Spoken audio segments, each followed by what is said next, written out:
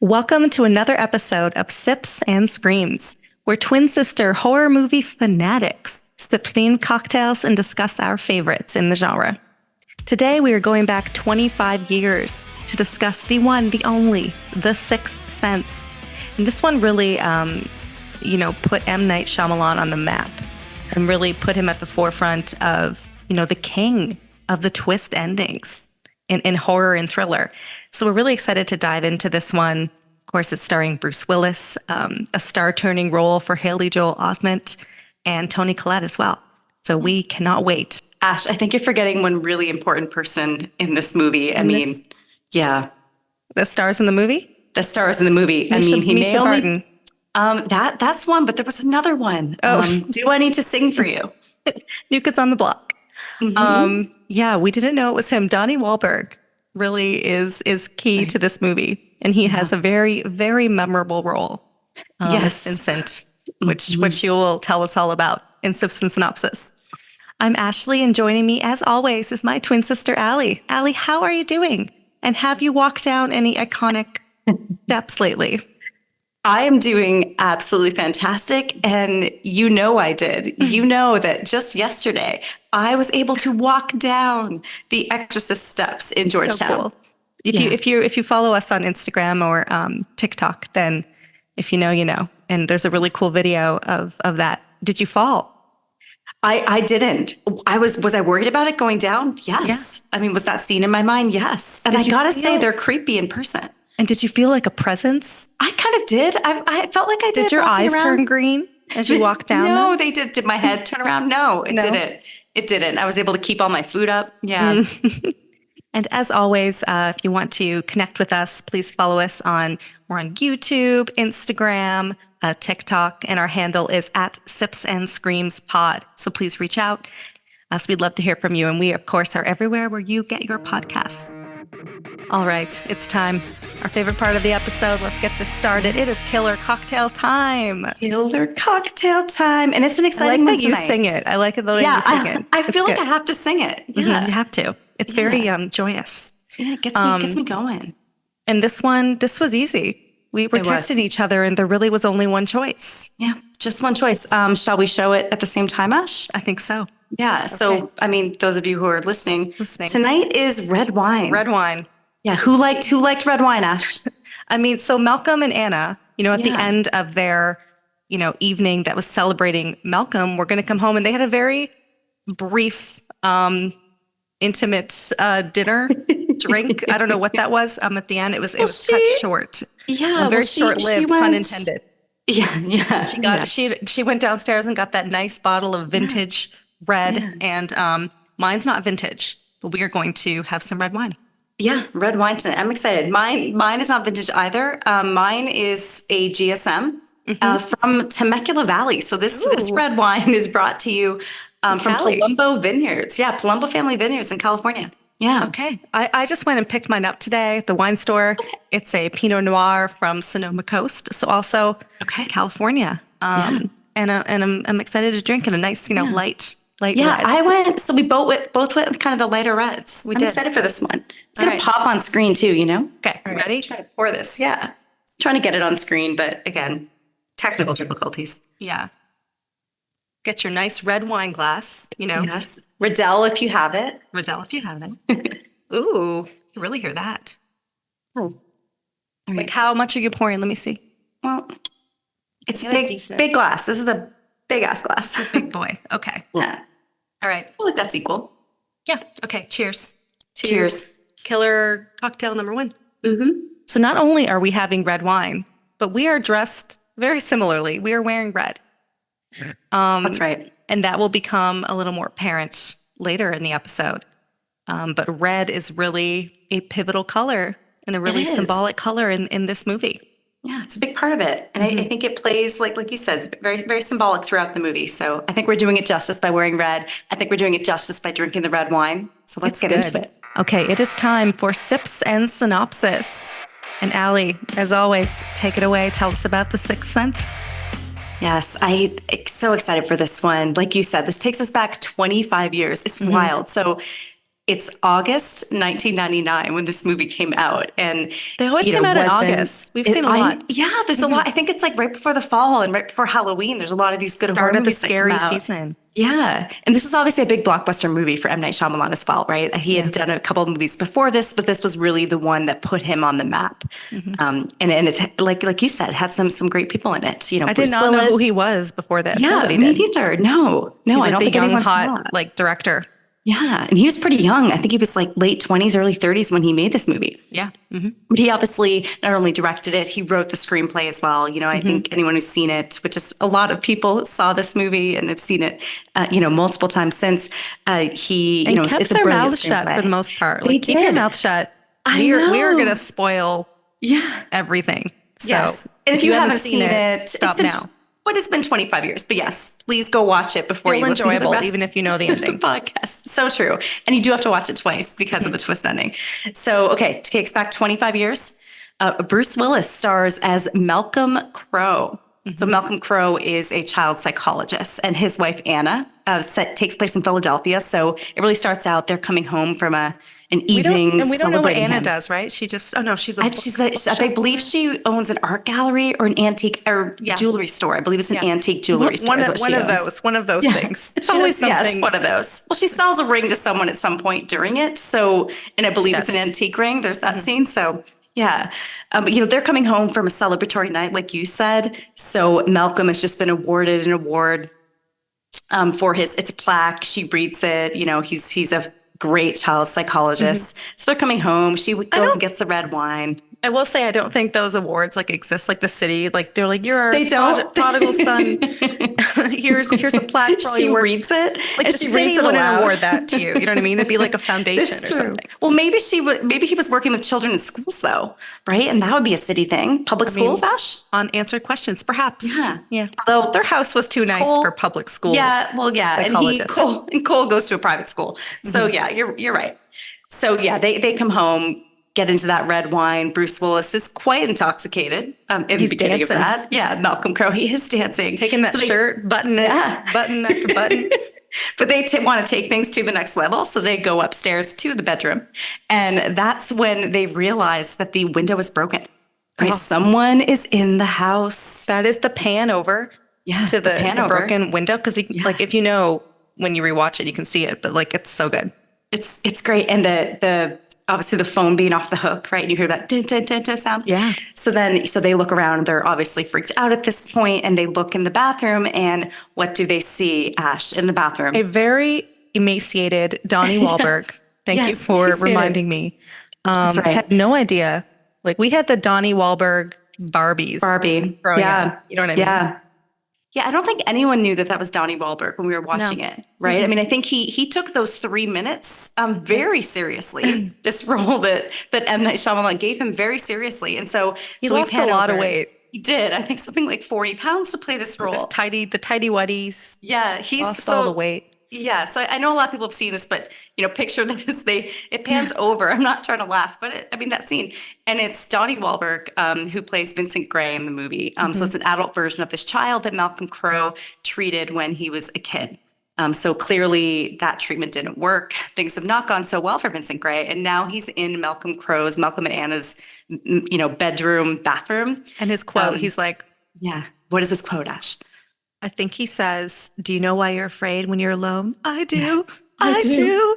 He's and he's in his tidy whities. Yeah. And then naked. Why did he take all his clothes off? Yeah, I don't know. Did he show up with no clothes, or were there clothes on the bathroom floor? There were clothes on the bathroom floor. Okay, so he got in there. He takes all of his clothes off. He's standing there in his tidy whities. Says that to Malcolm and Anna. They're trying to talk him off the ledge, but that's not happening. And then he turns around. You don't know what he's doing, but he turns around to the sink and comes around, and he has a gun in his hand. And that's when he shoots Malcolm. Yeah.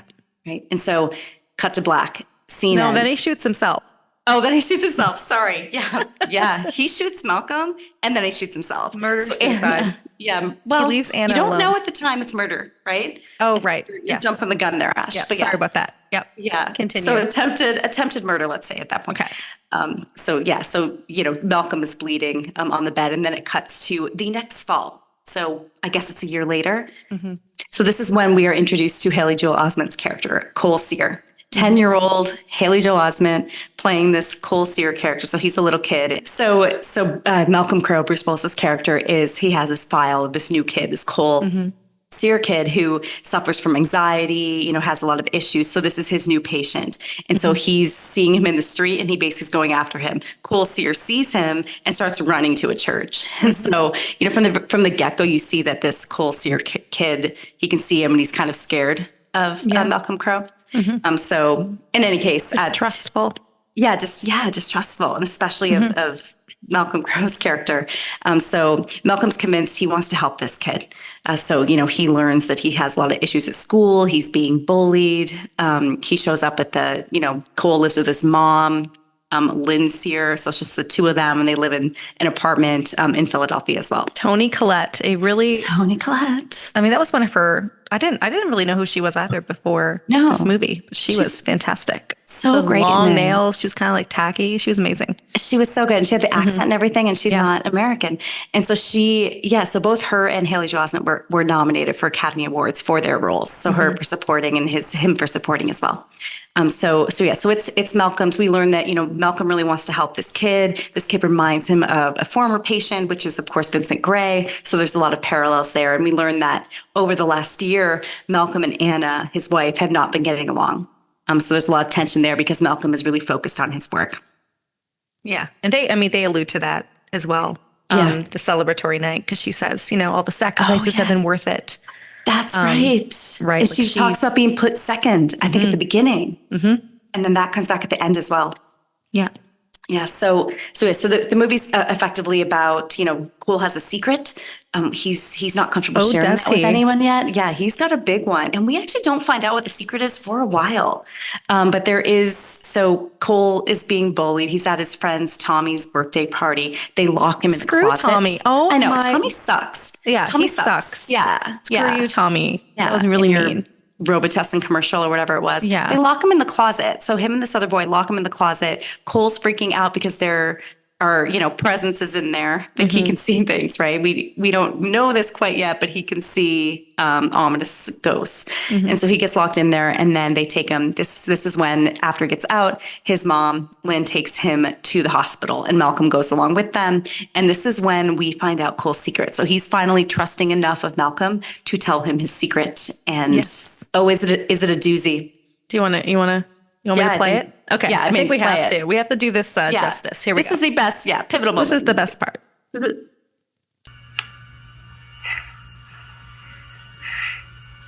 I see dead people. In your dreams. While you're awake.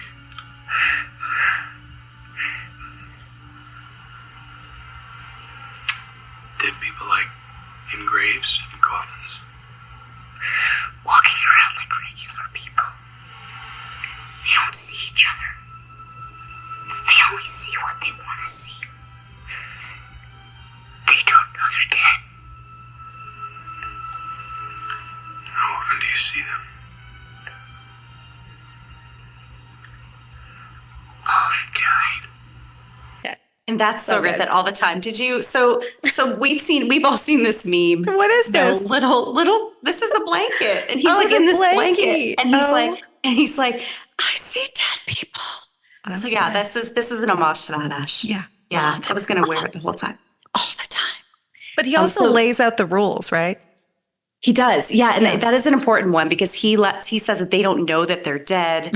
They can't see each other, and they only see what they want to see, and so that's a really important piece. Yeah, so good. Yeah. Good screenwriting. So great.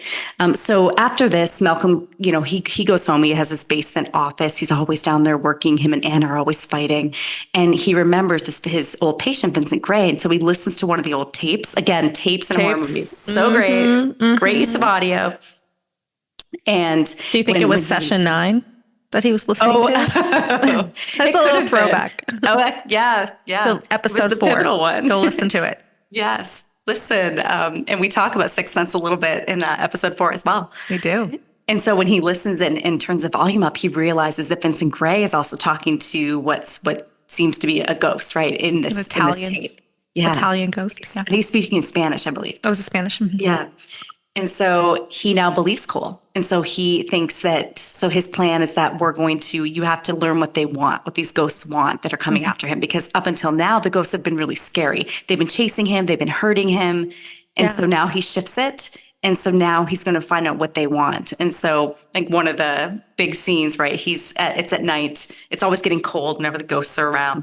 And this is that temperature goes way down. Oh, it goes down. I would like it because I sleep in like 64. Oh, I know you do. I know. Like You would love it.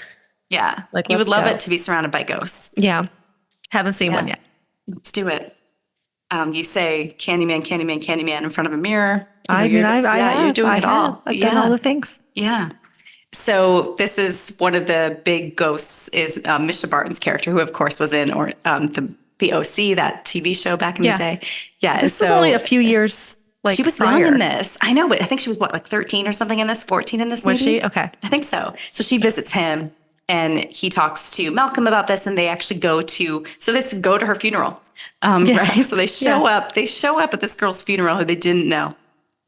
And he goes up to the room and he's able to uncover. So this is kind of what he's doing. He needs to uncover these secrets of these ghosts. And so he finds out that the mom was actually killing Misha Barton's character by putting Drano in her soup. Munchausen by proxy. Yeah, Munchausen by proxy. And so there's a VHS of this, and he gives it to the dad, who realized that the mom was killing her. So she knew, like the Misha Barton, Kira, right, was the character? I don't think she knew at the time. I wonder if when she died, but she recorded it because she was doing a little puppet thing. Oh, so, right. Yeah. Right. So maybe when she died, she realized it, and when she's walking around. So that's the first ghost that he helps. And so now he's able to help ghosts, and they're no longer attacking him. So, Malcolm Crowe has helped this kid. And so he's happy about that. And then Cole's now comfortable sharing this with his mom. So he, in a really great scene in the movie, he shares with his mom when they're stuck in traffic. I know. He says that he can see dead people, and he sees the girl. Well, they're stuck in traffic because there was a motor vehicle accident with a bike or something. This girl on the bike dies. So she sees her dead, the ghost of this, woman who died, pass by, and he shares with her. He sees dead people, and he shares a really special message from Lynn's mom, right? That she went to watch her dance. So that's really special. And that scene, I think, is probably what got Toni Collette the Oscar nom. Yeah. Yeah, it's pretty powerful. Oh, it's so subdued. Yeah. And it was so like real communication finally between the mother and the son. It was really sweet. Yeah. Yeah, it was beautiful. When I watched it, on rewatch, tears. Oh, really? Rolling down my face, actually. Yeah, I got pretty emotional with it. Yeah, it was good. Yeah. And so then Malcolm finally goes home after, helping this kid. And he goes home. His wife, Anna's watching, and she's been doing this throughout the movie. She's watching their old wedding videos. Oh, is this it? This is it. This is it. This takes us to the end. And so she's laying on the couch. She's asleep. It looks like she's dreaming. She says something, I think even in her dream, like that she misses Malcolm. And then there's that scene. She says, why did you leave me? He's like, I didn't leave you. And then the ring. So then this is what brings it all, back for Malcolm. She drops the wedding ring and it hits the ground. And he looks at his hand and he realizes the wedding ring. He doesn't have the wedding ring on. And he realizes that he was shot. Not only was he shot by Vincent Gray, but he actually died from that gunshot wound. And so this whole time when he would go in the basement, he wasn't actually going through the door. It was actually locked and there was stuff in front of it, right? So he was just kind of showing up places. And so I remember, when you watch that the first time, and you see the gunshot wound now, like the other dead people, you see the gunshot wound on his stomach. Yeah. And he says he can go now to Anna, right? He's accepting it. He was able to come, and he thinks he needed to be there to help someone, which was Cole. And Cole told him what to do to talk to her in her dreams. In her dreams. So Cole knew, and I think we'll talk about this. But there's a lot of theories around that, right? And I think I have my theory on it. We can talk about it. But he tells her, and then he tells her, this line that she never came second. I know, she was always number one, and that was a really beautiful line. And then the movie ends. So that's kind of really it. Again, or does it? When we talk about alternate endings. Yes. But great movie, psychological thriller, I'd say. There's obviously scary parts, but psychological horror. thriller. What do you mean? Yeah. Well, there were jump scares and galore in that. I think the whole thing was scary. But a beautiful movie. Beautiful Yeah. movie. Beautiful And movie. of course, nominated for Best Picture, nominated for 6 Oscars. Yeah. Best Screenplay, Best Picture. So a great movie. Loved it on rewatch. Yeah. Let's get into I the rest was of it. delighted, I would say, Delighted. upon rewatch. Yes. It moves. Same. It's like almost 2 hours and it moves. It is just, the acting is brilliant. Yes. I'm surprised Bruce Willis wasn't nominated. He was good. Like his I think reactions. he was for a Golden Globe, right? But I don't think he he? was for an Oscar. Yeah. Because it was nominated for Best Picture. It didn't win. There was a lot that year, though. If you looked up what was nominated that year, I think this is when American Beauty won. Oh. There was a Green Mile was out. Like this was really? 1999 was the year for movies. So I have a little tidbit for this in terms of the screenplay. So Okay. M. Night Shyamalan wrote and directed this movie, and like we talked about before, it was like his big break. And it had that twist ending, and like everyone was just, couldn't believe the ending. And the fact that it didn't get out was crazy. Well, this was before social media too. I think now it would get out. I think in 1999, I think there's social media. just like have some respect for people and don't spoil the ending. Just Especially don't go on horror Reddit. movies. Yeah. But the original draft was really different, apparently. Oh, I didn't know that. Yes, M. Night Shyamalan, he did an interview, and apparently it was supposed to be like Silence of the Lambs. It was supposed to be like a crime thriller where Bruce Willis was a crime photographer, and he had a son who would have been the Hail Angel Osment character who had visions of the dead people. Oh, But then, like a bunch of drafts later, this came to be. He had like a thought of this kid at a funeral and seeing the dead person up in the altar or something and changed it. So thank goodness. Because The Sixth Sense is pretty damn near perfect, I think, in terms of a horror movie and a movie in general. It's just well paced and really, really well done. Okay, so this came out August 1999. We would have been together. Where were we? Do you remember where we saw it? I think so. Let's see. So we were living at home in Miramichi, New Brunswick, Canada. We name dropped that place so much. We do. Great town. It's a special place. If you've never been, check it out. It's a special place right on a river. Yeah. So I think we saw it at the Vogue Theater together, right? Yes, in August 1999. Yes, which has subsequently burnt down. Yeah, it has. But this was an old school. So for those of you who have not been to Miramichi, New Brunswick, which is probably most of our listeners. Yeah, it was an old school theater. It was really amazing, actually. We would I think it was one movie a week, and there'd be those 2 showings, like 6:30 and 9:30.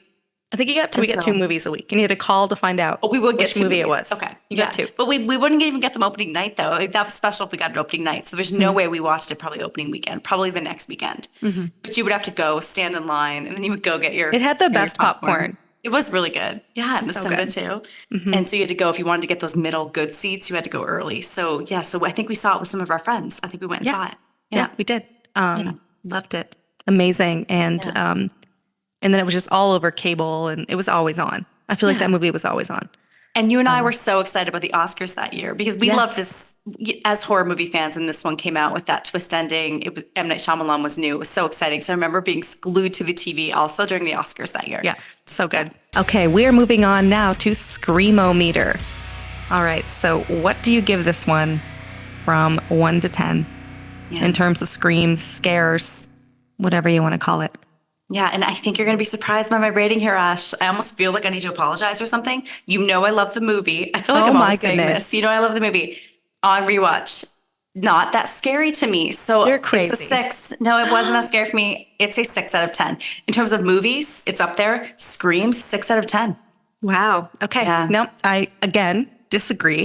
We rarely agree on this category. I found this one, it was so spooky and it was full of scares. Like when we talk about sips and scares, like I have a laundry list of scares. I'm giving it an 8. And like I said, I think it's one of those perfect horror movies. And so good. And the scares, and I knew it was coming and still jumped out. There's a few, and I have them written down too for sips and scares, but it's just, there were like 3, 4 maybe. Okay. Love the movie. It builds tension, but listeners, let us know who you agree with. Pick a side. Who you agree? Pick a side. Or Allie. Let us know. I think it was scary as hell. Allie, not so much apparently. Not so much. Takes a lot to scare me. Maybe I remember. Yeah, but I think you've mellowed out because I remember sitting next to you in the theater and you were definitely scared in 1999. Okay, now it's time for Sip and Tell, where we discuss our personal experiences related to the content of the movie. So what do you got? What do you got, Allie? What do you got in terms of personal experiences that are similar to the content of The Sixth Sense? And I'm really interested to hear this. Yeah, okay. I've got a couple things that I want to talk about. One is maybe my only experience where I thought I saw a ghost in my life. Yeah. I think you remember this one. Yeah. We were kids. We were playing hide and seek on this little school bus. And so we're playing hide and seek, and our mom drove school bus. Yeah, she still drives school bus. Actually, shout out to driver. I know. Shout out to school bus drivers as well. That's a tough job. It's a tough job. So she would let us play on the school bus in the summer, and so we were playing hide and seek, and I looked under and I saw these like soft white, these feet under the seat. Let's say that. And so then I go running back to catch the person, and there's no one there. You guys. Little kids, you guys had all left. I guess you left the bus, so I was the only one on the bus at that time. You did trick me, and I come screaming off the bus because running down the stairs. Like, well, imagine you see something and you go back and it's not there. So, did I see a ghost, Ash? Was this the one time in my life where I saw a ghost? Maybe playing hide and seek as a kid. So I have a question. I've always had a question about this. Okay. Number one, were you only wearing socks? And number two, were you looking at your own feet? Because picture a school bus, everybody. Picture a school bus. Okay. It's the worst place to play hide and seek. There's 50 seats? You're just hiding in a seat and there's no way out. It's not like you can jump out the back of the bus. No. So you have to run up to the front. It's almost like hide and seek tag. Yeah. But were you just looking under and looking at your own feet? I don't think so, because I was on the seat and it was just my head that was under. And so and it was a few seats back. It was at the back of the bus, and I go running back. That's when I saw it. Yeah. Did a young child who wore white socks die on the school bus? Maybe that's what I was seeing. And so maybe I freaked them out when I ran back. But had they asked me for help, Ash, I would have helped them. You would have? Yeah. Yeah, I think so. Okay. I'd like to think that if a ghost came to me and asked for help, I would try to uncover it for them. Absolutely. I don't know what I would do. Rewatching The Sixth Sense, I'm I don't know. Some of those ghosts were scary. I'd be stay away from me. I'd go hide in the tent. Yeah, but then she arrived in the tent anyway. She did. So you weren't really safe in the tent. I know. You weren't really safe at all. That's a good one. Yeah. That might have been your only experience with a ghost. So I have one, and I am surprised you didn't mention this one. Okay. So I have never seen a ghost. Let's establish that right now. Not for lack of trying. Right. But I've never, seen anything otherworldly, spirit, whatever. I've never seen anything like that. But when we were kids, our grandmother died pretty young. And in their house, they had multiple landlines. And for those of you listening, if you don't know what a landline is, it's not a cell phone. It's an old school phone that has a handle and a cord. I love the way you're describing it. I mean, I think people know what landlines are. I don't know. They still exist in hotel rooms and things. I'm just letting people know. Okay. So back in the day, you would have these landlines, and if you had multiple, you could both be on the phone at the same time, but there was only one line. So when somebody else was on the phone, it would light up red, right? So you would know not to pick up the phone because you'd be oh, somebody else is on the phone. I don't want to interrupt their phone call. Right. So yeah, this is kind of a creepy story. But so our grandmother, who passed when we were pretty young, and she always used to, when she was alive, talk in her bedroom, which was way down the hall. And you would know she was talking because the phone in the kitchen would light up red. You would see that little red light up. Right. I'm starting to remember this now. So then when she passed, there was no one really on the phone because her grandfather really didn't chat on the phone. And there was no one in the back room on the telephone, but they still had the two lines. And every so often when we were over there, the kitchen phone would light up red. I remember this. And we would run back, and we're like, why did we run back? And there'd be no one there, and then it would go off. That's right. Yeah. I remember this vividly, actually, now that you bring it up. Yeah, It was creepy. Yeah, definitely creepy. And we all remember this. And so that was, really my only kind of experience with something otherworldly. But yeah. So not seeing anything, but something that happened. Yeah. And I also just wanted to add with the red, that light that lit up was red. Oh, it was red. Phones. That's right. And that's supposed to be this connection to the other world. Yeah. So anyway, I don't know. Now it's time for sips and scares. And according to Allie, she has a couple things. I have a lot of things for sips and scares for The Sixth Sense. Yeah, I think my threshold is just a little higher, Ash. I do have a couple great ones, yes. I don't want to go with my top one, but I want to say that opening scene, right, with Donnie Wahlberg's Vincent, right. And the whole thing, the tension, because you knew something horrible was going to happen. Yeah. Even though it was kind of like lighthearted at the beginning, I thought that was excellent.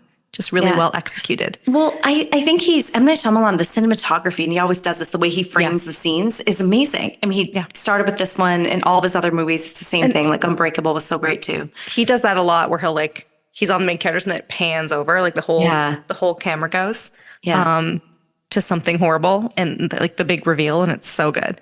Yeah. But I thought that was kind of just a chilling image. I mean, the Donnie Wahlberg. Well, emaciated, like you said, Donnie Wahlberg, standing in his tidy whities in the bathroom, very disheveled, and that alone is scary. I mean, I think Donnie Wahlberg being in the movie is kind of a scary thing. Yeah, it's a scary thing. But no one really knew he could act. He's pretty good. He was good. I'm like, and he's done a lot since, right? He has, and like thriller type stuff. Yeah. What was your number one scare? Number one scare, I had two. It all is around the Misha Barton scene, that scene in the tent and at night. But I'm feeling much better now. Yeah, I'm feeling much better. I forget if it's at that when he's there or it's when the hand comes out from under the bed to get him. Because she wants him to help. But that's the best scene. And obviously there's a lot of movies where stuff is under the bed. I think that's a cliche in itself. Yeah. But when it reaches out because you think he's safe or there's no ghost there, and then the hand from under the bed comes out and grabs him. So that's the top scare for me in the movie. He does a couple of quick cuts. Like when he's in the school. He's like, who do you see? And he just points and there's a quick cut to the three people like hanging, the dead people hanging in the school. And it's so fast. That is scary. But the top one for me is when he's going to the bathroom and you see a woman, presumably his mom, walking by in a house coat. Right? Oh, yeah. And then he's like, Mama. And he follows her into the kitchen. And then she turns around. And it's not Mama. Oh, it's not Mama. It is a dead woman who was abused and clearly killed herself. But she was the one that was in the opening. Apartment. Yeah. She was the one opening all the drawers. And I want to, we'll talk about that as well. That was a really good one. That was a good one. Yeah. That was very, very scary. And then the other one for me, Misha Barton, when she shows up in the tent and she's like, I'm feeling much better now, like vomiting. Just all the vomit. Oh my goodness. Yeah. The like 1970s kid, he's like, hey, I'll show you where my dad puts his gun. And then he turns around and he's like, he clearly like shot his head, brain, skull off. That was the father shot the kid, right? That's what that was alluding to. Oh, is that what? Well, yeah, I think so. You think he killed himself? Because where a father keeps his gun, kids like playing with guns. I thought, I don't know. That's creepy. But that all happened, I feel like, in the same night. So there was that one night where the tent, and it was didn't those three things happen at once? I don't know. Time was kind of weird in sequence. Yeah, but on purpose. Time was weird. I think they for instance, never show Malcolm going through doors and things like that. So all that misdirection. But we watched it the first time. You don't even think about that. You never see him enter anywhere. He just is. He just appears. He's just there. Right. And that's how, because he doesn't know he's a ghost. And I mean, not even the audio at that birthday party. He's like, hey, let me out of here. Or it's like you just hear the voice in the closet and Cole goes up the stairs, right? He follows it. He follows that red balloon again, red. Yes. And he has his red sweater on and he hears the person. It's just the audio. You don't see anything coming from the I don't know what that was. A dungeon? What was that? Like a dungeon? I feel like back in the day it was a dungeon. I don't think it was a dungeon in real life, but potentially back in the day, yeah. Yeah. But it was certainly a closet that had a locked door. That was just the audio, and that was so scary. And the dead, I just think you're crazy. I think there's like so many scares. Like every time you see the quick cut of the dead person, it's quite scary. Like the cyclist, they're having that really emotional moment.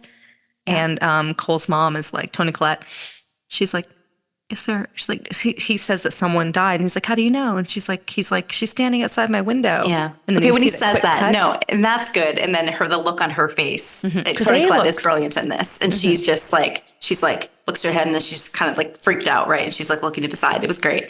Yeah, I don't know, Ash. Maybe because I've done so many of these, or again, just my threshold, like it takes a lot to scare me these days. You know that. But the first time, I'm telling you, you're like, oh my goodness. One more that I have that is, it's not a jump scare, but it's so unsettling. And it reminds me of another movie, but I can't quite place it. Maybe you can. But the Stuttering Stanley part. And where she's like, Stuttering Stanley, and it gets louder and louder. And that is because the way the Henry cinematography is Stanley! done. Yeah, it's so creepy. It keeps Did getting I do it louder. justice? Yeah. I think you did, but that was also kind of out of place in the movie because he typically wasn't repeating things that they said like that. Yeah. Like, did you agree with that? I thought it was a little out of place. Yeah, but creepy, unsettling. No, definitely creepy. Yeah. And that set up some of the things that happened at the end when he's in the school play and he's talking to that woman. Right. Oh, I love that part actually because you don't know. You think it's someone because you can't see the other side of her head. Yeah, well, because he said the school burned down. There was a fire here when I was younger. Oh, really? Because that woman, his face burned off. Yeah. Yeah, I think those were. I mean, so what was that? Was like 20 scary things. So I think you need to adjust your screamometer. Well, no, We didn't even mention the hospital scene. We talked about it earlier. But that whole scene where he's like, "I see dead people." Like it's now, it's like scary, everyone makes fun of it, but like again, the so memes. good. I mean, do I need to take out the blanket again? I think that this you should bring meme up the with blanket. little Haley Joel Osment with the blanket being He'll really never live scared. that down. No, I don't think so. Saying, "I see dead people." Yeah, so good, so good. Iconic line, and everything has ripped that off basically. They all have, yeah. And I mean, can you imagine an adult saying that? I think having a child was definitely a lot more effective in this role. Yeah. Very good. Like, where did they find this kid? He was amazing. And I think we need to talk about the twist ending. Let's do it. Not like scare, but holy beep. Like that was like, I remember watching it and just I was shook. Like you had no idea. Like, no idea. And and it, like, I think if you watch a movie now, it's expected. For just saying, especially well, now you're just looking for clues. You're like, you are. See, he was dead. He was the first one to do it. I mean, I think one of the first ones to do it.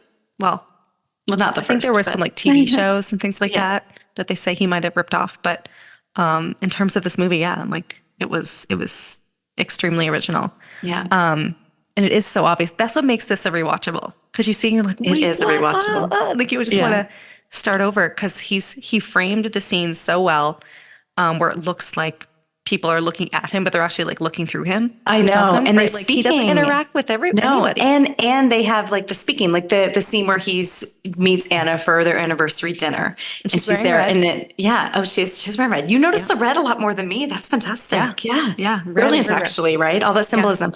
But so then she's like, "Thanks, Malcolm," or whatever at the end, and then but watching it the first time, you really thought he was just late and an absentee husband, right? Yeah.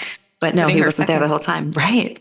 And there were so many, like, upon rewatch, the hospital scene, because he didn't tell Malcolm his secret, and he was scared of Malcolm, right? He was running away from him, but you didn't quite know why. You just thought he was distrustful of an adult. Theories, and there's theories on that. Okay. Oh, well, I'm very interested. Yeah, well, there's some people that are talking online, like, he knew he was a ghost the whole time. Like, obviously, for me, it was like so obvious that Cole knew that Malcolm was a ghost the whole time. And because are people arguing that he didn't know? Yeah, there's some people that didn't. Yeah, there's some people saying that he didn't know. Well, they are wrong. He was a real person. They're definitely wrong. He knew he was, and because he's running away from him because at that point he was scared of the ghosts because they were always attacking him, and that's why he's like, he sees the gunshot wound. Yeah. Oh, does he? Yeah, Bruce Willis doesn't. But he sees it. He's always seen it. So apparently in the hospital scene, that's right. There's a subtle part where he looks down at where the would-be gunshot wound. And there's I think it was really subtle or something. So yeah, he had always seen it. He knew he was dead. He asked him, he's like, "Are you a good doctor?" Right. I know, it's exactly. And then he says he was nice or whatever, right? Yeah. And he said you're nice. So he trusts him to help him. Right. Mm-hmm. Yeah. So I mean, clearly there was so many clues that he was dead. But yeah, no debate. There's some online. There are some people that didn't realize the lamest Reddit thread that Cole knew that Malcolm was a ghost. Yeah, and that was another surprise ending. And it's like, no, obviously he knew. Yeah, he knew. Yeah, and he was telling him, right, like him in the hospital, like they don't know that they're dead. Yeah. They only see what they want to see. Yeah, right. And then they say that at the end, like he goes through the things, like Cole gave him the rules, and then I think the biggest thing is when he tells. Yes, Malcolm was there to like help Cole to redeem himself for the Vincent Gray situation, right? Mm-hmm. But Cole was also there to help him. Like he told him how he had to help the ghosts, right? So then Cole's last thing is telling Malcolm that he can talk to his wife in her dreams, right? So, and then they both kind of have that aha moment, where they're like, can move on, with their lives. Exactly. Yeah. No, and that, I love that scene. That like gives me chills, honestly, just kind of rethinking it. It's a beautiful, beautiful scene. I have a little nugget of information. Because I was definitely watching the clues upon rewatch every time I watch on it. rewatch, that's all you're kind of doing. It's a different experience on rewatch when you know the ending. But apparently they wanted to take certain things out because they're like, oh, it's so obvious the audience is going to know. But then the test audience had no idea. Like they did not predict the twist ending at all. So that M. Night like left it all in. And he's like, no, I think we're gonna be okay. But apparently Bruce Willis is ambidextrous. Apparently, so he's left-handed normally, but he can also write with his right hand. So in the movie, he wrote with his right hand so that you wouldn't be able to see the missing wedding ring on his left hand.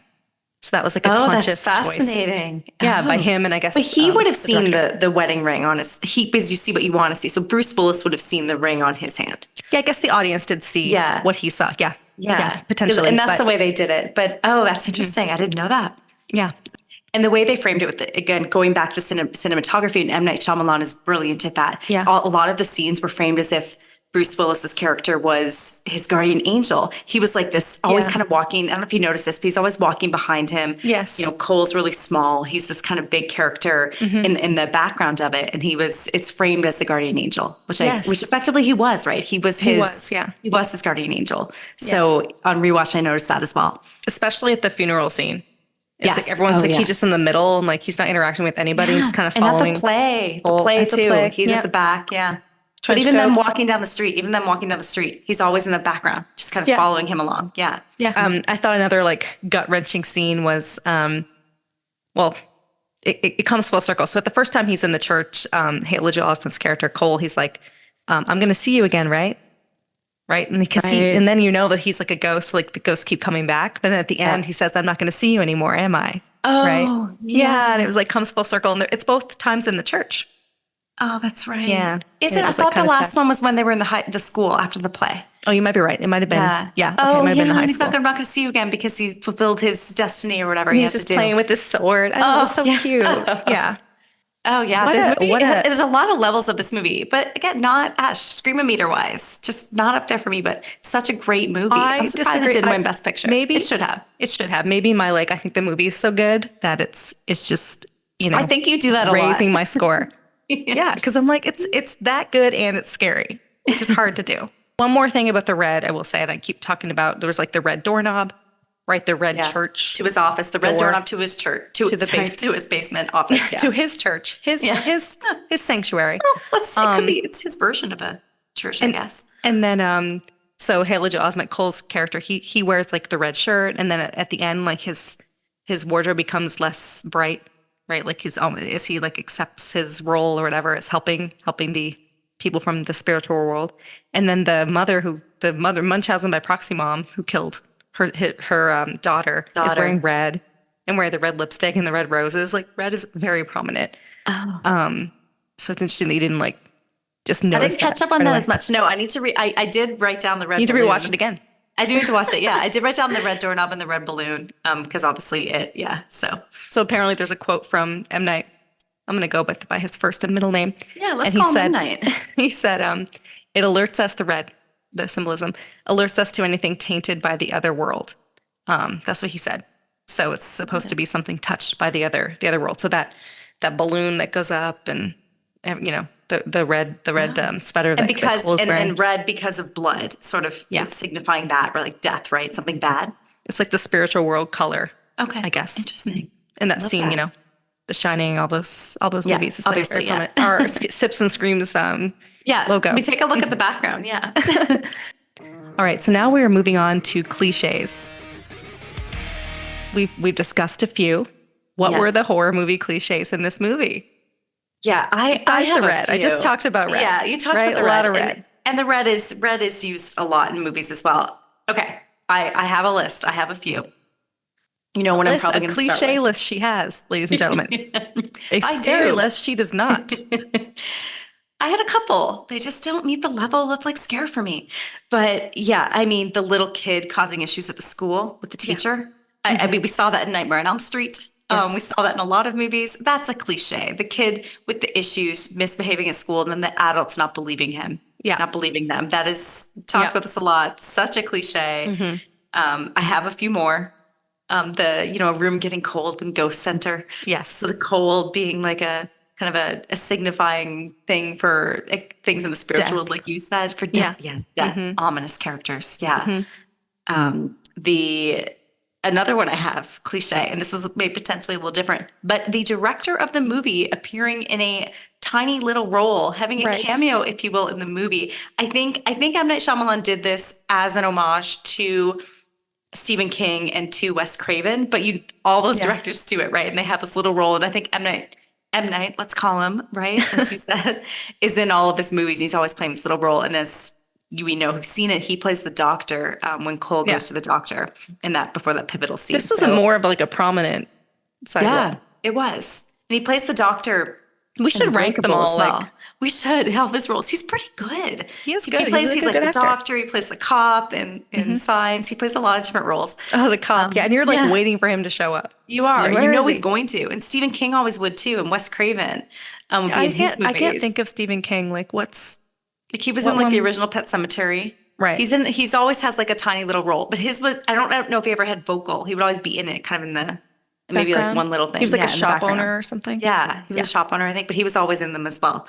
And so, so those are mine. And I think one last one, I think it wasn't a cliche at the time, but he like unbeknownst to M. Night, but he started the dead people cliche. He started that, right? And the twist ending. I mean, I think he invented that twist ending horror movie genre. He did. I think ripoffs. Yeah, bravo. Yeah. He was an originator of all these new things, but now it's like been done to death. And now you can like predict it because of this movie. And now you look for it. Now you watch a movie and you just, for him, right, he comes out with this crazy movie. I mean, it was not just a critical success, but a box office success as well. And so now you always expect it. So when some of his movies after that, if they didn't have a twist ending, it's so disappointing. What about The Happening, Al? Lady in the Water. Ooh, Lady in the Water. I don't remember what happened in Lady in the Water. I'm not even sure. I don't even understand that movie, but there was no twist ending. I'm not sure what the point to that movie was. I still think the best one, The Happening. Yeah, those plants. The trees. Those plants will get you. Yeah. You know what? The Happening, that is his worst one. That is so bad. But the what's better is The Honest Trailer. Go watch The Honest Trailer. Oh, I've seen The Honest Trailer. I mean, who hasn't? That is better than the movie. Yeah. It's great. And Donnie Wahlberg got his brother a job on that, right? Mark Wahlberg. Right. Yeah. Who did better? Let me ask you this question. You think I can act? Yeah. Like, hold my beer. You know what I mean? Hold my beer. Who do you think? Better? Who did better? Ask Donnie Wahlberg as Vincent Gray in his like 2-minute, 30 seconds in this Vincent movie, Gray. or Mark Wahlberg in The Happening? Like, say less. Definitely Donnie Wahlberg.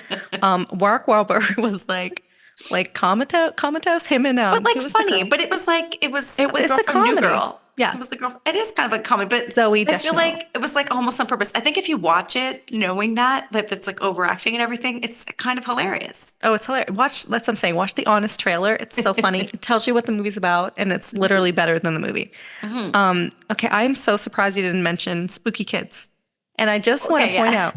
Well, that was on my list. Misha Barton's character dies. Again, cliche, children dying in horror movies. Okay, but the absentee father, right? Where is Cole's father? Did he die? Theories on, so was it Vincent Gray? So the theories about it being Vincent Gray, I don't agree with. There's no way. Because how old was Donnie Wahlberg standing naked not naked, but in his tiny whities in the bathroom? And then it's the next fall. Like, I don't think so. Yeah, no, you're right. He wasn't that old. No, he wasn't. And I don't believe those theories that Vincent Gray was his father. No, but I'm literally asking you, did he, because Toni Collette's character said that the father ran away or something? Because it was in Philadelphia? Is that what she said? I don't know. I'm asking you. I don't know. I never thought that Vincent Gray. There's theories on this. It's all over Reddit. He wore glasses. I'll tell you that. He did. Yeah. He did. I don't believe that he was. I think he was just a kid that also had this ability. But listeners weigh in because I bet a lot of people think otherwise. But I don't think that Vincent Gray was his father. But there are also theories. You know when she's looking at the pictures and she sees the white glow? Yes. And so there's a picture of his father. Oh, yeah, that is one. But she sees a picture of the father, and there's one behind the father as well. I guess this is what people have said, and so that would make sense. People that say, but he may have had that ability. So there's people that say that Vincent Gray was his father, but wouldn't they know that he murdered someone and then like murder-suicide someone? Like, wouldn't that have come up? I do not think Vincent Gray was his father, but he could have been like a seer as well. He could have been. He definitely was. Yeah, because I thought the father killed himself. Like, did I miss this major plot point? did the father run away, or did But the if the father father kill killed himself, I mean, Vincent Gray killed himself. That's what I'm saying. I think everything was for a reason. So I think the father might have killed himself, but it was not Vincent Gray. No, because they would have known that he killed Malcolm. Yeah. Right? That would have been known. So that theory makes no sense. Yeah, definitely. So there's one thing I do want to say. So I said at the beginning, I thought this movie was very well paced, except for one thing, right? So when they finally realize, when Bruce Willis has that, light bulb moment, and he realizes that Cole needs to listen to the ghosts and help them. He helps Misha Barton's character, and like, that's it. He's just fine. Right? Yeah, like he's all of a good. sudden he is the lead in the school play. Right. Yeah, all of a sudden with it his jumps mom. to that. Act 3 happens real quick. Real quick, and he's all happy. He goes from like 0 to 100 really quickly. He's like the sorcerer in stone. Like, it's just very like, and they all love him now. Like Tommy's like they all love him. Tommy's like, But they're like apparently- lifting him up. Yeah, but apparently there were some cut scenes. So there was another scene where there were other people he helped. They just cut it from the final movie. So there was an old don't man. steal that my he thunder. helped. Okay, with well, the I'm alternate not endings. trying to. But I think that is why it seems so quick. But absolutely, I mean, all of a sudden it's like, oh, well, you just got them. good. Identified the mom He's with just chilling. Munchausen by proxy, and now you're good. Now he's just the chilling ghosts with are the dead happy. people. Yeah, Yeah. he is. He's fine sitting there and He's like, seeing hey. their burned faces and everything. Okay, we are moving on to rip-offs. What did The Sixth Sense rip off? What ripped off it? Yeah. I know you were dying. You were I dying know. to I feel talk. like ripoffs is my favorite segment. You love it. And I'm always so excited for it because when I'm watching the movie, I'm like, oh, that one. Yeah. So I have a few. I mean, I think we've already talked about this, that in terms of movies that ripped off it, we talked about this. Everything since 1999 has ripped off that kind of. Sorry, ripped off it? Like the movie It? No, sorry. Ripped off Sixth Sense. Got it. Everything kind of Because since with the dead people. Well, it's on here. Yeah. Okay. The biggest thing that the Sixth Sense ripped off. I'm pouring my wine for this. Hold on. Yeah. I'm very excited. All right. Get ready for this. But Oh the my God. biggest movie, obviously, that it ripped off, and I have a few. The movie Ghost with Patrick Swayze, Whoopi Goldberg, and Demi Moore, who just so happened to be his Bruce Willis's ex-wife.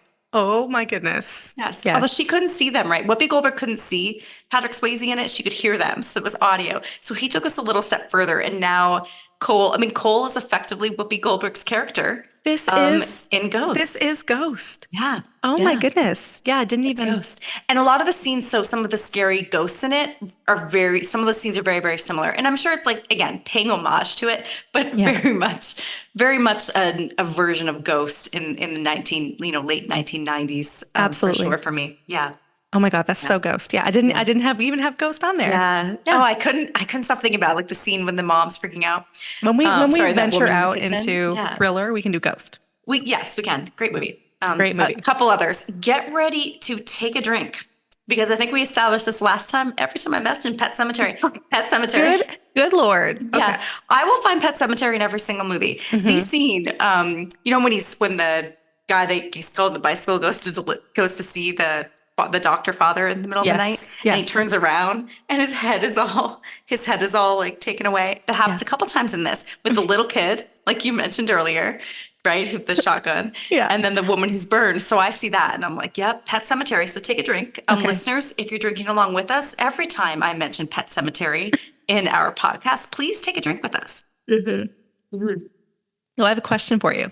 Yeah. In terms of spooky kids, right? You got the Pet Sematary kid, Yeah. Misha Barton, Okay. Cole. Right? We should do like a poll where we rate. Okay, we can, but gosh, Cole's not spooky, and the Pet Cemetery kid will win. Yeah. Okay. Well, I think we should do a poll. I think we should Okay, start I'm cool talking with about the that. spooky kids, right? And Damien. do yeah. Well, okay. Well, Damien's gonna win. That's it. Damien might. I do think the creepy kid. I also think the kid from Pet Cemetery. I mean, we all know the scene under the bed. Whew. I think the kid from Pet Cemetery, whatever his name is, the little blonde kid, could go head to head with Damien. Yeah, Right? he could. All right, let's put a poll, or listeners chime in. Damien Who is versus versus the Pet Sematary. Antichrist versus whatever the hell that kid was in Pet Cemetery. I mean, I think it's some sort of Antichrist. Mm. One more before we go to yours. I'm waiting. I'm Poltergeist. ready for it. Yeah. Poltergeist, the obviously. kitchen scene. Yeah, obviously. I love that though, because that is clearly an homage. Yes. Because when you walk in, it's a Poltergeist. She walks in, and all the chairs are up on the table, all weird, and all the cupboards are open. So that scene when the mom They walks did that and in. They Cole's did that sitting in there. Paranormal Activity too. Oh, they did. They Yes. did. I love So it. good. That is unsettling, and so that was another ripoff for me. Because I like the payoff because you're like, oh my God, like you come in, It's so Tony new. Collette leaves, she comes back in, it's been what, like not even like 2 seconds. Yeah, so and cool. Yeah. all of the drawers are open and the Yeah. cupboards are open. But then That later you ghost, find that out mom that it was ghost the did ghost. that quick, but she did that She did quick. that very quick. This Poltergeist She is went like, in, she was looking for everything. she like in 5 seconds 5 opened seconds. all the drawers in the kitchen. But yeah, because I think in Poltergeist it was ghost. It was a different thing doing it, right? So it was able to open it all at once. But that was But just there was that ghost nothing. woman. There was nothing, like no stone left unturned in this movie because like even Yeah. they show like Cole was just sitting there like scared and the mother always blames Cole and thinks that he's doing everything. But then they As show they do. like The as they always adults do. never They never believe the believe children. No. Right. And then you can see like his like sweat stain from his palms because he was all nervous and scared when he gets up. So I thought yeah. that was really well done. Oh, that was so good. Yeah. All right, what else you got? I have one more. Again, maybe we should be drinking every time I mention this. The Shining. So the little kid with the clairvoyant, Yes. right?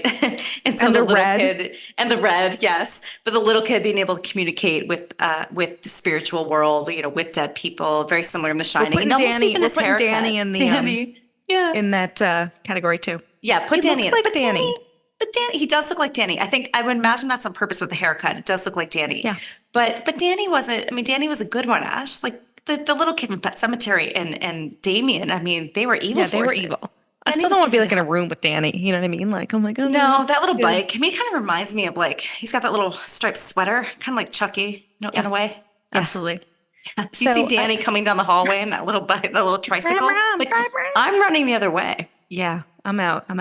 I have another one for The Shining, the red writing.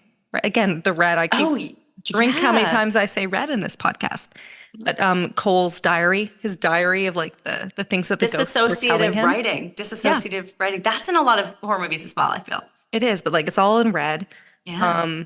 The balloon from It, the balloon Yes. going up, the red Yes, balloon that was like definitely clearly It. But the movie hadn't come out yet, or I guess the TV show from the 90s had come out, so it Yeah, was. he had the balloons. They weren't, you know what though? They weren't red balloons, I don't think, in the original one. I think they were colorful balloons. Oh, were they? Well, the red is much better. Yeah. The gray streak in the hair. So I thought that was a homage to Nightmare on Elm Street. Nancy. Wait, right? what gray Yeah, streak so in the hair? Vincent. What? Vincent had the gray streak in his hair, and so did Cole. Oh, I didn't notice that. Oh, I Yes. didn't. Okay, I didn't notice that, but that's brilliant. I love that so much. That's like the first thing I noticed. He had the gray streak, and then Cole had the same thing. And so I think that was a ripoff of Nightmare on Elm Street with Nancy had the. So was Vincent his father, or it's just? I don't think. Again, no. I'm No, not I going think it back was to this. just people Vincent with, like, wasn't. the It's just gift. people could see it. Yeah. the gift of like seeing the ghosts. Yeah. The tape recorder. Hello, session 9. Yeah, session 9. Right. But session 9 ripped it off though. It That's didn't what I'm rip saying. off. Okay. Okay, yeah. We It talked ripped about this off- during session 9. Yeah. Yeah, it ripped off. It ripped off this movie. And then this is TV, but American Horror Story season 1 was basically a ripoff of this in terms of the teenage daughter not knowing she was dead. Oh yeah. Again, Oh, spoiler alert. absolutely. Sorry. Yeah, if you Violet. haven't What was her seen name? it. Violet or something? Violet. Oh, yeah, definitely ripped this off. Yeah. But I think if M. Night Shyamalan hadn't created kind of the twist ending in horror movies, I don't know if we would have seen everything that we saw over the last 20 years. So Yeah. thanks, M. Night. Now we're moving on to alternate endings. And typically this section is a little longer. Yeah. Did I do a deep dive? Oh, I did a deep dive. So besides the tidbit I gave earlier in terms of the original draft being much different, there is no alternate ending in this movie. This was it. This is what he wanted to do. There is an extended ending Okay. where Malcolm, I guess, dissipates once he talks to his wife at the end, and it's revealed that he's dead. And he tells him, like, I think I can go now. Like, I just need to do a few things first, right? Which is like so sad. Oh, I know. He had to like help Cole because he couldn't save Vincent. Again, chills. That was a know. that was a I got very chills just emotional thinking moment. about Me it. too. But then he tells his wife that he can go now. I guess he disappears into this light, and then in the original one, that's it. It cuts to black. But in the extended ending, it goes back to the screen, and it has Malcolm's monologue The at their wedding video, wedding. right? Yeah, Yeah. he says how much he loves his wife and all of that. So that was the only other alternate ending. It's not even alternate. It's just an extended ending. There was no alternate ending. This was a shorter cut version. As you said, there were some other scenes, which makes it seem like a Cole goes from 0 to 100 like real quick. There was a scene where that was cut that he helps like an older gentleman who lost his wife, and Cole brings him Cole brings him some diaries from his wife, and that like helps him, and then Malcolm sees it as well, and he's able to like move on. But that's it. It literally, there's no alternate endings. It didn't need any. It kind of was. It was perfect the way it was. Yeah. I don't know how else it could have ended. Yeah. But yeah, it was brilliant. All right, it's time for the villain. Who was the villain in this movie? Hal, what do you think? Yeah, I mean, I think the obvious one, Vincent Gray, but I'm going to, as I always do, go outside the box a little bit here. Yes. So was the villain little Tommy? Little Tommy who... Little Tommy? Tommy, the bully, the friend bully, who like got him in for like 2 seconds. But he's the villain? Yeah, he's going to be my villain. Yeah. Okay. Yeah, because he's the one that like got him all like up in arms. I think maybe he's the villain, little Tommy. Little Tommy, you put him in he's the one that put him in the closet. But that's what got like the mother like all angry, got them talking. So I think he was an instigator for sure. The villain, I don't know. I think he was a really important part of Cole's journey. I will say that. He helped move things along. Yeah. Who's the villain for you, Ash? The mom. The mom was pretty mean. Like she was quite mean throughout the whole movie, and just not really understanding. And she could have maybe listened to Cole, and this whole thing like wouldn't have happened. I think she was kind of villain-esque, if you will. The angry ghosts. I don't think they were villains. I think they were victims. Yeah, right? But they were confused. They were confused. Well, yeah, the butterfly pendant. We didn't talk about. I didn't talk about that in synopsis, but was that the villain? The mom with the butterfly pendant. But I think the butterfly pendant helped her realize some things too. So maybe that was almost like a savior. Right. Yeah. The color red. Was that the villain? Color red. The church. Was the church the villain? Maybe, or whatever type of schizophrenia or whatever they called it, that they suffered from. Maybe that was the villain. Like, what did Vincent Gray? I mean, he obviously saw the dead people too, right? Well, but I think the mental illness is a villain here. I think that could be another interpretation. Like, it was all like schizophrenia, and they were all hallucinations. Yeah. But I don't know. I think Vincent started this whole thing. So it was a cascade of events, right? So Vincent killed Malcolm. If Malcolm didn't die, Cole probably would have killed himself. Right. So, yes, like Vincent sacrificed. So maybe Vincent was the savior. Was he the hero? Vincent Gray, the hero. That's a hot take on The Sixth Sense. Let us know what you think. He killed himself, sacrificed himself, killed Bruce Willis. So Bruce Willis sacrificed himself to save Cole, so Cole could grow up. Yeah. That's an interesting take. What about the coworker of Anna, who was, moving in on that? Was he the villain, Ash? What about that? He was moving in. I mean, I don't know. It was a year later. Yeah, but he was trying to shoot his shot. He was shooting his shot, but I think he was preventing kind of Malcolm from moving on as well. So I don't know. Can we call him the villain? I mean, he moved in quick. It's still a year. He was nameless. No one knows who he was. He was nameless. He just shows up. I mean, he was just being nice. He kept trying to come back to the house. He did. Yeah. He did. Yeah. I don't know. I mean, also grieving. I think he was like taking advantage of that. Yeah. I don't. He might have been the villain. Yeah. Yeah. Maybe he's the villain. Mm-hmm. Okay. I have one more hot take. Was Cole the villain? I mean, say more. I mean, he was causing all these rifts, right? He was stopping Bruce Willis's character from moving on. He made his mom miserable. He bullied the teacher. He did bully the teacher. Again, I think that scene was sort of out of place. Not sort of. It was out of place. He ran away from the ghosts that just wanted to have a little chat. Right? Bruce Willis or the other ghosts? They just wanted to chat. They wanted to like chase after him with their like bloody faces and whatnot. Yeah. I don't know. Ash, if you there saw might have been some villains. How would you have reacted though? We've talked about this. Like what, if if one of these ghosts are all bloody or like half burned or something is coming towards you. And they heard him. They could actually touch him. It wasn't like ghosts where they couldn't touch him. Like they could actually touch him. They could. I wouldn't feel great about it. Not gonna lie. I would appreciate the air conditioning. I would not feel good about the violence. All right, we're moving on to our new segment, Sips and Simmering Questions. And do we have some questions? You all were very active on Instagram, posing us many questions, and we're going to take our stab at them. Yeah. All right, so we touched on this earlier. This is coming to us from Rick's Horror. Did we watch the movie Michael Caine won the Oscar for? So he beat out Haley Joel Osment to win the Oscar at the 2000 Oscars, right? It was in the year 2000 when the Oscars were. It was for the movies in 1999. Yeah. And I just want to say that Haley Joel Osment was robbed. He was so good. I remember like watching his reel when they did the Oscar moment, and it was so good. And everyone like was just like applauding. It was so good. There's no way anyone could have beat him, and Michael Caine apparently did. But do you know what movie it is, Al? I do. You looked this up, obviously. Yeah, obviously I looked this up after Rick Horror mentioned it. Slaughterhouse Rules. I have not seen that movie. Have you? No, I don't even know what it's about. Tobey Maguire's in it. No, Cider House? I believe it's like a prep school. I think he's like a teacher in it. And so I believe Tobey Maguire's in it. It won a bunch of awards that year. Yeah, no, I haven't seen it, but I do remember, and I looked this up afterwards too, Michael Caine's speech, and when he wins, and it's for best supporting actor, right? It wasn't for best actor. Kevin Spacey won it that year for American Beauty. But he gets up there and he says, he even like almost apologized to Haley Joel Osment, saying like once he saw his movie, he knew he was out. He had no chance. Yeah. Oh, that's sweet. Yeah. And Haley Joel Osment since then too has done interviews saying that like Michael Caine, it was a good thing that Michael Caine won it. So I think all is good. At the time, I remember being very disappointed they didn't win that. I just can't believe like just what he did in that movie. Haley Joel Osment, like he was 10 years old, right? He's a character actor too. Yeah, that he was committed. It was amazing. He was unbelievable. And held his own with Bruce Willis and Tony Collette and everybody. It was Misha Barton. For the OC fame.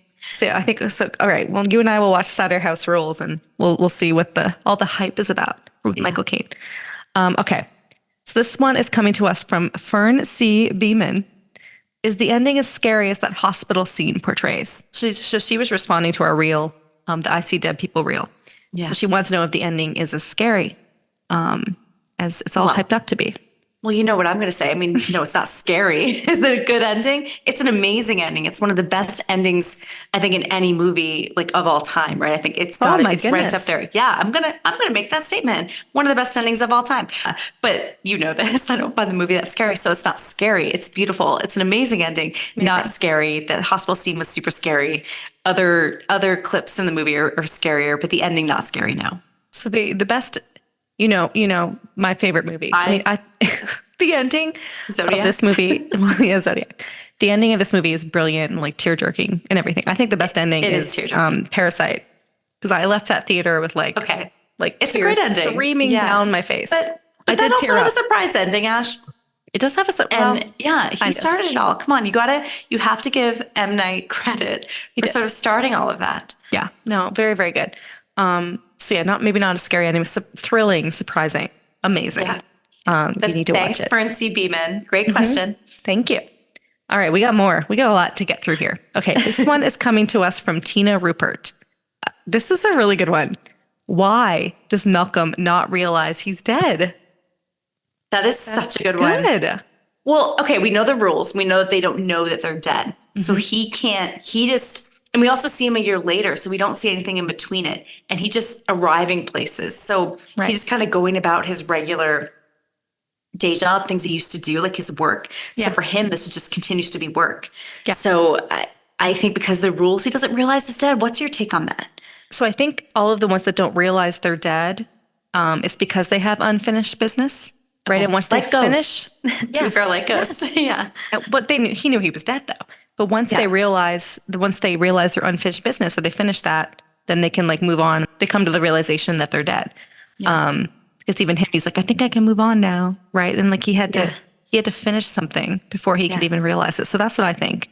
Yeah. But the way they did the movie was brilliant because he doesn't open doors. He doesn't touch anything. But But He's just kind of like going from room to room and but like. the one thing he does do is he does touch the door of his office. He does, and he can't get in every time it's locked. So when he's going down there, we don't see him go down the stairs, but we see him try to open the red doorknob, and we see him that it's locked every time. And then at the end, when we see it, there's a bunch of stuff pushed up against it. Yeah. So he's doing that, right? But he's not actually getting in there, and he's just sort of appearing in the basement. Yes. Yeah. He's just appearing. Yeah. So at the end too, when he goes to pick up the ring, right, his wedding ring, he can't pick it up. So I don't think he can make it. So he was seeing what he wanted to see, but like it's kind of like Ghost where they can't make like contact. Yeah. And the things he did make contact with were his own, like the Cold Sear file at the beginning. But that was something he was seeing in his hands. Yeah. So I have a question about that. Yeah. He has the Cole Sear file, but he's dead. Yeah. How did he get that? He saw Cole before. Maybe. Wait, this is like, I'm like blowing my own mind. How did he get that file? Cole Sear file? Or did he just make a file? Maybe he'd been following him as a dead person, and then he created this file or something. Right. We need a prequel. We need to know what happened between that year, from when Vincent Gray shot Malcolm Crowe, and from when he shows up on the street finding Cole. We do. I mean, I think there should be a prequel. Vincent Gray, right? Yeah. A young Vincent Gray. And like go through Gray. like session 9, basically. Yeah, let's do it. Let's take us to that point when he breaks into the Philly townhome and murders Malcolm Crowe. Absolutely. Yeah. Thank you, Tina Rupert. That was a great question. Okay, Tina. We have one more. This is from Becky Lenardis. I hope I'm pronouncing that right. I apologize if I'm not. And we kind of discussed this earlier, but she wanted to know how come Malcolm and Anna don't have any kids, especially because he was a child psychologist. Yeah. So this was more just like about the relationship. Yeah, that one's interesting. I mean, I think they're younger than they're portrayed to be. Bruce I think they're supposed to be younger. Well, I think she is though. Late 30s. I think but when you watch the wedding video though, they don't look that much older. So I feel like they have only been married for like a couple of years. So maybe that was on the way, or maybe they were just being child-free people. I think they kind of explain it in the beginning, right? Okay. So they say that like he does all that work with child psychology with the children. He's a child psychologist, so he doesn't have time for anything else. Okay. And she was like a shop owner. She was like an independent woman. So I think that might have been why. So he was like getting his like parental fulfillment through the kids. If he had a kid, he wouldn't be able to devote that much time to saving the kids. Other kids. Yeah. So I think, that's probably the reason. But then you kind of see him live out his parental journey through Cole. So yeah, interesting question though. All right, our last segment, sips and sequels. Yeah. All right, what do we have to talk about here? We know there wasn't a sequel. No, we know there wasn't. I think there are theories. I do think some of these other ones, like Unbreakable and all of that, because David Dunn's character is very similar, they could be in the same universe. So maybe someday M. Night Shyamalan, does a sequel to this. I have a thought. Because Bruce Willis, what if he's like reincarnated as that superhero dude? What if Bruce Willis, as David Dunn? Yeah, Malcolm Crowe is like reincarnated. Nothing's real in those universes as David Dunn because it's Philadelphia. And then he has a kid. I mean, all of M. Night's movies are in Philadelphia, Ash. I mean, even The Happening. The Happening was also Philadelphia? Yeah, they're all in Philadelphia. Well, there's some weird stuff going on in Philadelphia. Yeah, well, I think he grew up there. But, it's like Stephen King stuff being in Maine. But, okay, so he's reincarnated as David Dunn, and it's like years later. I mean, he has a kid, kind of a B... Haley Joel Osment in Unbreakable, let's be honest. And they're basically the same characters. Yeah, but it's like, I remember watching it and you're like, they were trying to recreate that magic and it didn't happen with the little kid. But we love Unbreakable. I mean, that's a fantastic movie. So good. Maybe, Ash, maybe. What about Haley Joel? Like, where is he at? The best sequel would just be him. He's an adult. Maybe he also went into child psychology. This is so I was thinking this. So let's show what happened with him and maybe his mom too. Maybe he becomes a child psychologist because he also wants to help kids. Yeah. Yeah, perhaps. As we always say, the most effective one would be a prequel. Let's hear Vincent Gray's origin story. Let's hear that one. Yeah. Yeah. Like back when. Or like Haley Joel Cole's father. Like what was up with Cole's father? Yeah. And maybe they will. Maybe they'll like it and it's Vincent Gray. I don't know. Maybe the twist ending is it's Vincent Gray. Maybe the people on Reddit are onto something. Let us know what you think about that. I just don't see it. I don't see how we possibly. I feel like M. Night has moved on. But Yeah, it's I been think he 25 has. years. Like you could We're in- bring it back. We're back. 90s are really in again. Like let's go back. That'd be great. Was there a plan to do a sequel? I Because he don't didn't do believe a so. sequel. He never did sequels. He didn't do a well. He not sorry. Well, Incorrect. He did one for Unbreakable. yeah. Well, yeah. He did one for Unbreakable. Split and Glass are sequels effectively to Unbreakable, The right? trilogy. So, Yeah. the trilogy. So no, I don't think there were plans of a sequel from this one. I mean, I don't. It was a big budget movie. I don't necessarily know if they thought it was going to be as big as it was. So in terms of your M. Night Shyamalan movies, where does this one rank? Number one. Number one. Yeah. Yeah. Same. What about you? Yeah, I Number think, one. I don't think anything beats this. This and Unbreakable are my favorite. I like this and The Village. I think The Village is a really good script too. Yeah, The Village is good. And Unbreakable. Yeah, I agree. Yeah. I think Yeah. Split's really good too. Yeah, Split's good. I watched it in that recently. same universe as Unbreakable. I will say, I do think the David Dunn character and Malcolm Crowe character are very, very similar. So that's what I'm saying. Was he like reincarnated? Is it Maybe. the same I like character? that theory, Ash. I really like that theory. But yeah, it would have to be just different years. And he has this other kid. People have questioned that. Yeah. That's what I'm saying. Really Reincarnated. Like there's something going on. I don't know. Maybe. Let's do a parallel universe with that. Like, Yeah. let's see that. Yeah. Who that'd did be you great. like better, David Dunn or Malcolm Crowe? David Dunn, I think. Yeah, they're both super like heroes. It's the in their hero own in it. right. Yeah, there's a lot of people that think also that this movie it's like a hero origin story. So there are people that think the same way you do. This is like the origin story of that, like how he became this like savior. Yeah, David Dunn is classic. I love him. Yeah, so good. Well, that's going to do it for Sips and Screams episode 5, The Sixth Sense. Thank you so much for joining us, listening, sending in your questions. Please keep those coming. They're fantastic. Join us next time as we sip more themed cocktails and or wine and or champagne. Who knows what it's going to be? And discuss the good, the bad, and the truly terrifying of our favorite horror movies. Cheers. Cheers.